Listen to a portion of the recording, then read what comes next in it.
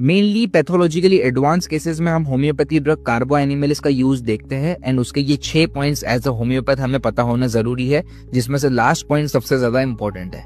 First, in general हमें बहुत prostration, थकावट, एग्जॉशन, वीकनेस देखने के लिए मिलेगा।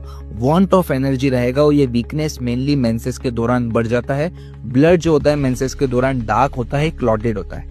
सेकेंड, पेशेंट काफी चिली होता है, उसको ठंड बर्दाश्त नहीं होती है और इसका की नोट ये है कि ठंड मेनली रात में बिस्तर में जब पेशेंट जाता है तो बेड में वो चिलीनेस ज्यादा फील होती है। थर्ड पॉइंट, पेशेंट होम सिक होता है। पास्ट अच्छे इवेंट्स को याद करके पेशेंट को होम सिकनेस जो है वो ज्यादा फील होती है। इसमें हेडेक काफी सीवियर होता है। हेडेक मेनली हमें वर्टेक्स में फील होता है और पेशेंट को ऐसा लगता है मेरा वर्टेक्स जो है वो बस्ट हो जाएगा, वो फट जाएगा।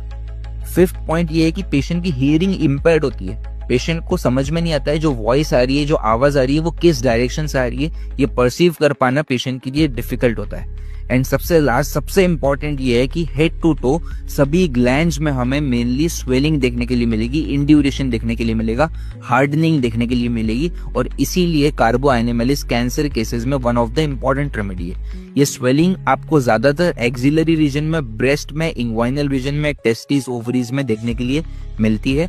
ये स्वेलिंग के बाहर आपको पर्पलिश डिस्कलरेशन देखने के लिए मिलता है। स्वेलिंग के बाहर आपको बर्निंग देखने के लिए मिलती है जो टच से एग्रेवेट होती है।